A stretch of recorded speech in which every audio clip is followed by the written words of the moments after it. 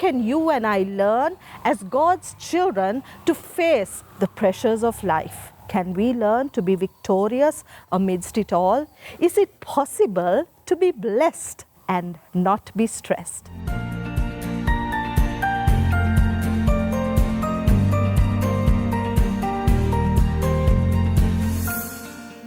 It is wonderful to be with you once again on Reflections. I hope you are staying safe in this season of lockdown. I must admit that as time passes, it is harder to keep staying at home. But let us use this time wisely to be renewed and refreshed as we seek God in this season. My reflection is titled, Don't Be Stressed, Be Blessed. And I will be speaking from Psalm 63, verses 1 to 4. If you had to pick one word to describe our society, perhaps the best word would be pressure. The Oxford Dictionary defines pressure as the worry and fear caused by the feeling that you have too many responsibilities and cares. Many of us interchange it with the word stress. Now that's another popular word. Even my 10-year-old son Ethan tells me, "Ma, I'm stressed every time I want him to complete his homework or sit at his desk while following online class or clear up after himself." He gets stressed. From the moment we wake up, we are under pressure to get our to-do list done, under pressure due to deadlines at work, under pressure to provide for the family, under pressure to put relationships right, under pressure to ensure the children are cared for and that we all stay safe. We are under pressure to perform and conform. Pressure, pressure, pressure. It is not a surprise that depression is on the rise, that suicide is on the rise, that divorce is on the rise, that insomnia gets a hold of us. How can you and I learn as God's children to face the pressures of life?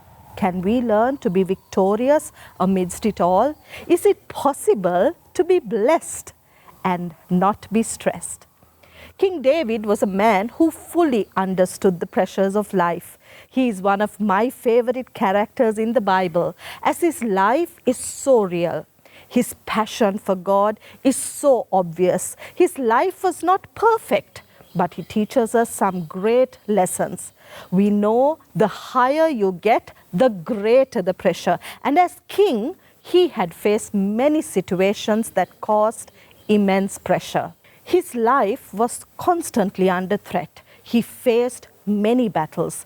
But amidst it all, we see how he kept turning his eyes upon the Lord.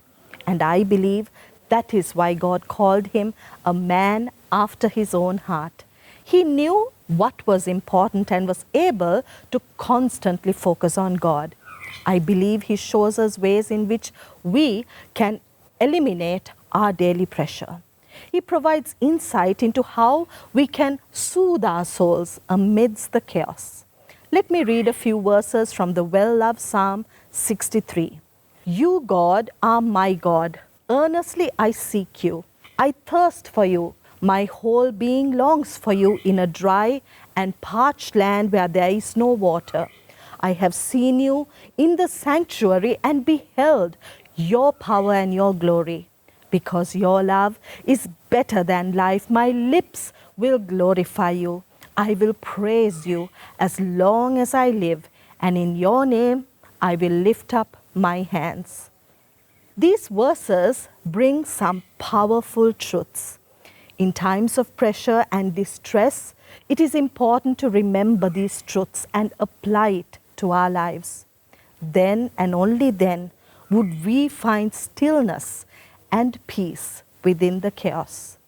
Firstly, King David reminds us to seek God and remember our identity. You, God, are my God.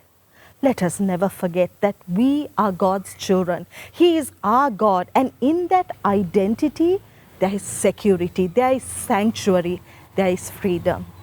Secondly, he reminds us that you and I need to saturate ourselves daily with the presence of God. Earnestly I seek you, I thirst for you, my whole being longs for you. Like a physical need that needs to be satisfied, we have a spiritual need to refresh ourselves by seeking the living God. And in that infilling, we will find refreshing. We will find strength for the day. We will find wisdom and guidance. We will find His peace. And finally, David reminds us of a very important aspect that we should never forget in our lives. Celebrate God's goodness daily. Because your love is better than life, my lips will glorify you. I will praise you as long as I live. My friends, I know you and I are going through some unprecedented times, but in these times of distress and pressure and stress, let us remind ourselves of how good God is. Let us begin our day by being thankful even for the very breath of life in our nostrils. When you and I woke up this morning, let us remember that many did not. Let us thank God for shelter, for food, for family, for health, for provision. Let us celebrate the goodness of God. Lyrics from one of my favorite worship songs resound in my head as soon as I wake up most days. All my life you have been faithful. All my life you have been so, so good.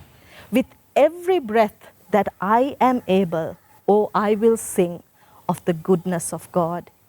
In this world, we will face many challenges. The pressure can build up. Amidst it all, let us challenge ourselves to celebrate the goodness of God.